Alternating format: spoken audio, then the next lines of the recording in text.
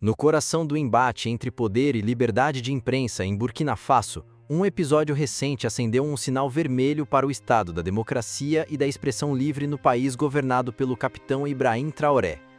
Trata-se da suspensão da licença de transmissão da Rádio Ômega, uma das emissoras mais populares do território burkinense, cuja voz foi calada por 3 meses por decisão do Conselho Superior de Comunicação, CSC, simplesmente por ter se referido ao atual governo como uma junta. Esse termo, amplamente aceito e utilizado internacionalmente para definir regimes militares que assumem o poder fora do processo democrático, foi interpretado pelas autoridades como pejorativo e insultuoso. A sanção imposta contra a rádio não foi resultado de uma série de reportagens investigativas, nem da revelação de documentos confidenciais, mas sim de uma única publicação no Facebook. Essa decisão é simbólica e alarmante. Mostra que, sob o comando de Traoré, a linguagem em si se tornou perigosa, e nomear os fatos com precisão virou um ato de coragem. Fundada há mais de uma década, a Rádio Ômega sempre foi mais do que uma simples emissora. Era uma plataforma de diversidade de vozes, um espaço para o contraditório, uma trincheira onde a população podia ouvir opiniões diferentes daquelas impostas pelo poder central. Em um país em constante instabilidade e com histórico de golpes e transições militares, a existência de uma mídia livre é fundamental para que a população possa formar seu próprio juízo. Calar uma rádio como essa não é apenas silenciar um canal de som, é amputar um pedaço da consciência coletiva. A justificativa apresentada pelo Conselho Superior de Comunicação não convenceu os analistas políticos nem os defensores da liberdade de imprensa. Chamaram de inaceitável que o uso de um termo técnico possa ser considerado uma ofensa ao governo. A rádio, em nenhum momento, incitou a violência ou a desobediência civil, apenas nomeou o regime com um termo que é factual e historicamente correto, o de uma junta militar que assumiu o poder após um golpe de Estado em setembro de 2022, derrubando o então presidente Paul-Henri Damiba. Esse gesto revela um padrão já conhecido por quem acompanha regimes autoritários. Controlar a linguagem é controlar a realidade. Se o governo consegue impor quais palavras podem ou não ser usadas, ele consegue, aos poucos, moldar a percepção pública. A suspensão da Rádio Ômega visa não apenas punir a emissora, mas criar um efeito dominó no jornalismo local, um aviso, silencioso, mas extremamente eficaz, de que qualquer meio que se refira ao regime como uma junta ou questione sua legitimidade pode ser calado. A consequência direta disso é a autocensura, quando o medo de represália fala mais alto que a vontade de informar. A repercussão internacional não tardou. Organizações como Repórteres Sem Fronteiras, Human Rights Watch e até entidades da ONU expressaram preocupação com a escalada autoritária em Burkina Faso. A suspensão da Rádio Ômega foi citada como evidência de que o governo está fechando os canais de diálogo e colocando em risco os princípios democráticos que deveriam nortear a transição. Além disso, muitos diplomatas estrangeiros, mesmo de maneira velada, alertaram que o país está se afastando perigosamente dos valores do Estado de Direito. Nas redes sociais, uma onda de solidariedade emergiu com a hashtag #JeSuiOmega, Eu Sou Ômega, mostrando que parte da população não aceita passivamente essa tentativa de silenciamento. Jornalistas, ativistas, professores e até cidadãos comuns se uniram para defender o direito à informação e à liberdade de expressão. Esse movimento, embora simbólico, carrega uma força vital. Prova que o governo pode controlar transmissores e frequências, mas não pode silenciar a consciência crítica de um povo que conhece a opressão e resiste a ela. É importante lembrar que essa não é a primeira vez que a liberdade de imprensa é atacada desde a ascensão de Ibrahim Traoré ao poder. Desde o golpe de 2022, vários veículos já enfrentaram dificuldades, seja pela redução de verbas, seja por ameaças veladas, seja por restrições técnicas impostas pelo governo. O próprio Traoré, embora tenha adotado um discurso de ruptura com a herança colonial e de valorização da soberania africana, tem se mostrado cada vez mais intolerante com a oposição, seja ela armada ou ideológica. A escolha da palavra junta como ponto de disputa é emblemática. Em regimes autoritários, o controle simbólico das palavras se transforma em arma política. Enquanto os porta-vozes do governo tentam popularizar termos como transição patriótica, governo soberano ou liderança revolucionária, a imprensa crítica insiste em manter a precisão terminológica. O conflito, portanto, não é apenas institucional, é também semântico. Trata-se de uma disputa pelo direito de nomear a realidade.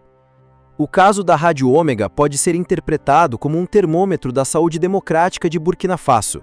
A forma como o governo lida com o contraditório revela muito mais sobre sua fragilidade interna do que sobre sua força. Um regime que se sente seguro de sua legitimidade não precisa temer palavras, mas um governo que se assusta com um simples post em rede social é um governo que sabe que sua base é instável. A grande questão que surge então é: o que vem depois? Será que essa suspensão será seguida de mais censuras? Outras rádios, jornais ou portais digitais poderão ser punidos por utilizar termos que desagravem ao poder? E mais importante ainda, qual será o futuro da liberdade de expressão em um país que está cada vez mais substituindo a crítica pelo silêncio? Em paralelo, não podemos ignorar o papel do Conselho Superior de Comunicação. Esse órgão, que deveria zelar pela pluralidade e pela ética na informação, está se tornando um instrumento de repressão linguística. Sua atuação neste caso demonstra alinhamento com a narrativa oficial do governo, o que compromete gravemente sua credibilidade e sua função democrática. Se o Conselho se torna censor ao invés de mediador, estamos diante de um processo de institucionalização da censura, algo que contraria frontalmente os direitos garantidos pelas convenções internacionais das quais Burkina Faso é signatário. Por fim, a suspensão da Rádio Ômega não silencia apenas uma voz. Ela representa o início de uma nova fase na trajetória do regime de Traoré, uma fase em que o controle da informação se transforma em ferramenta central de governo. E quando isso acontece, a própria noção de verdade passa a ser definida de cima para baixo, o que é sempre um sinal de perigo para qualquer nação que ainda sonha com liberdade. Se o governo de Burkina Faso deseja realmente ser visto como legítimo, soberano e voltado para o povo, precisa entender que a crítica não é inimiga da estabilidade, é sua base mais sólida. Um regime forte permite que seus cidadãos falem livremente. Um regime fraco precisa silenciá-los. A suspensão da Rádio Ômega não é apenas um caso de censura isolado. É, na verdade, o reflexo de um fenômeno mais profundo: o medo do poder diante da palavra. Quando um governo, por mais armado e influente que seja, se vê ameaçado por um termo como junta, estamos diante de um conflito muito mais simbólico do que institucional. O que se revelou aqui não foi apenas a intolerância de um regime militar diante da crítica, mas também sua dificuldade em conviver com a verdade nua e crua, com os fatos como eles são. E quando os fatos começam a ser moldados por decreto, a realidade entra em colapso.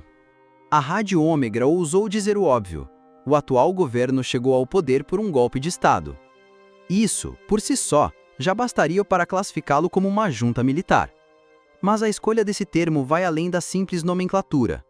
Ela carrega uma força política e histórica que incomoda, porque expõe o que muitos tentam encobrir com slogans patrióticos e promessas revolucionárias. A palavra junta fere porque é precisa, objetiva, inegável. E é exatamente essa precisão que os censores tentam enterrar. Há algo de profundamente irônico nesse episódio. Um governo que se diz libertador, nacionalista, defensor da autodeterminação africana, que repudia o colonialismo europeu e prega a soberania plena do povo, se comporta exatamente como os regimes coloniais que um dia oprimiram o continente. Em vez de fortalecer o pluralismo e o debate, opta por calar, controlar, punir. Em vez de confiar na maturidade da população para interpretar diferentes pontos de vista, trata os cidadãos como crianças incapazes de discernir entre uma crítica legítima e uma tentativa de destabilização. O resultado é a infantilização do discurso público e o empobrecimento da vida democrática. Ao suspender a Rádio Ômega por utilizar uma palavra que incomoda, o governo de Traoré está, na prática, tentando reescrever a realidade. Está dizendo: vocês só podem ver o mundo como eu vejo, mas a verdade não é maleável ao gosto do poder. A verdade, mesmo quando abafada, continua pulsando em cada cidadão que se recusa a repetir slogans prontos, e essa pulsação se transforma em resistência. Um aspecto que também merece atenção é o momento em que essa suspensão ocorre. O país vive uma das fases mais complexas de sua história recente. Insurgências jihadistas ainda devastam o interior do país, milhares de pessoas foram deslocadas, a economia atravessa graves dificuldades e a transição prometida pelas autoridades militares foi adiada, com eleições suspensas e poder concentrado nas mãos de um único grupo. Nesse cenário, a imprensa deveria ser aliada da reconstrução nacional, não inimiga. Mas em vez de reconhecer esse papel vital, o regime prefere criar um inimigo interno para desviar o foco das suas falhas. Esse tipo de tática é antigo e amplamente usado em regimes autoritários. Quando a insegurança cresce, quando a legitimidade enfraquece, cria-se um bode expiatório. No caso de Burkina Faso, a imprensa está sendo colocada nesse papel. Não são os terroristas armados que mais assustam o regime, é a palavra escrita, o microfone ligado, a verdade transmitida pelas ondas do rádio. E aqui entra outro elemento fundamental, o papel simbólico da Rádio Ômega. Ela não é apenas um canal de notícias, é um símbolo de resistência civil, um espaço de diálogo social. Durante anos, foi a voz de comunidades marginalizadas, de regiões esquecidas pelo Estado, de ativistas que lutam por justiça e direitos humanos. Calar essa emissora é tentar apagar uma parte da alma do país. E isso tem um custo altíssimo, porque onde há silêncio forçado, começa a germinar a indignação. A suspensão da rádio também envia uma mensagem clara para outros comunicadores. Cuidado com o que dizem. Isso é perigoso, porque quando os jornalistas começam a evitar certas palavras, a realidade se distorce. O público não recebe mais informação completa, recebe apenas versões diluídas, aprovadas, filtradas. E uma sociedade que não tem acesso à verdade não pode ser livre. O poder tem todo o direito de discordar de uma análise, de contestar uma manchete, de criticar um editorial. Isso faz parte do jogo democrático. Mas responder com censura a uma palavra revela um despreparo profundo para o diálogo e uma tendência autoritária preocupante. Ao invés de debater o uso do termo junta nos canais institucionais ou na própria mídia, o governo decidiu calar a fonte. Isso não é governar com firmeza, é governar com medo. Por trás da suspensão, há também um conflito de identidades. O governo de Traoré se apresenta como herdeiro de Thomas Sankara, defensor da pátria, renovador da África. Mas enquanto Sankara falava com a imprensa, debatia, enfrentava críticas com palavras, o atual regime responde com silenciamento. Isso é uma ruptura evidente com o espírito de Sankara, que via o jornalismo como um aliado da construção nacional, não como um inimigo político. Em última análise, esse episódio é sobre poder e sobre a sua fragilidade. Um poder verdadeiramente forte não teme as palavras. Um governo legítimo não se abala por uma frase em rede social. Quando isso acontece, quando o Estado mobiliza suas instituições para silenciar um post, o que está em jogo não é a estabilidade nacional, mas a vaidade de quem comanda. E isso é perigoso, porque hoje é a Rádio Ômega. Amanhã pode ser um colunista, depois um professor, depois um cidadão comum que se atreveu a nomear o que vê. A censura é uma linha que, uma vez ultrapassada, tende a expandir-se. E quanto mais ela se espalha, mais escura se torna a noite da democracia.